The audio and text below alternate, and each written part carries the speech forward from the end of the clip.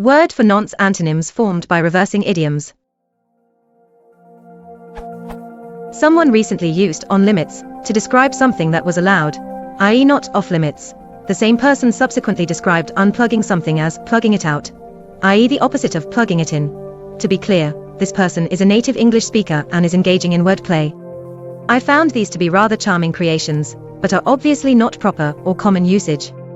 I am curious if this sort of thing is a known phenomenon, and if there is a word to describe it.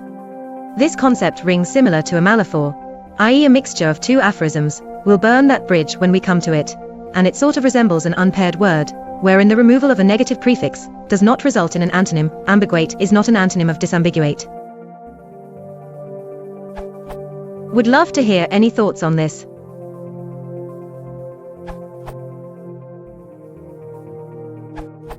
There is nothing in English that is not proper.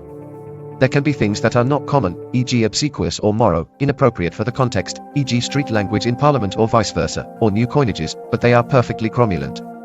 It's perfectly proper for your friend to expand the language with new words. After all, we are looking at the lost positive. This is a broad church. A true lost positive is a word that once existed in English but has fallen into disuse except in the negative form.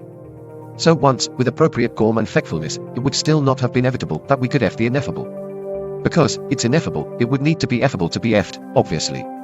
There are also words whose definitions have changed. The positive still exists, but it doesn't mean the opposite of the negative anymore. We can appoint someone to high office, but while we can disappoint them, it doesn't mean we sacked them, but it did once. Related are those where the words themselves have changed so they no longer form an obvious pair. Like unkempt combed, or inept aptitude. Then, there are the imports, words that have a pair in another language, but English only ever imported one of them. Then again, there are the ones that aren't really opposites.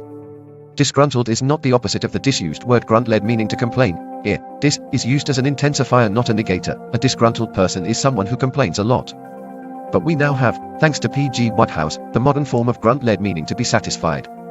A found positive for a word that was actually a negative.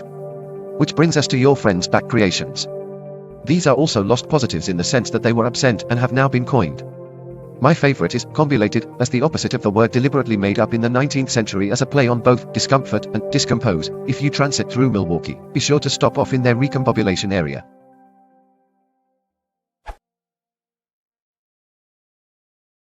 If you want to support the channel, please consider liking and subscribing.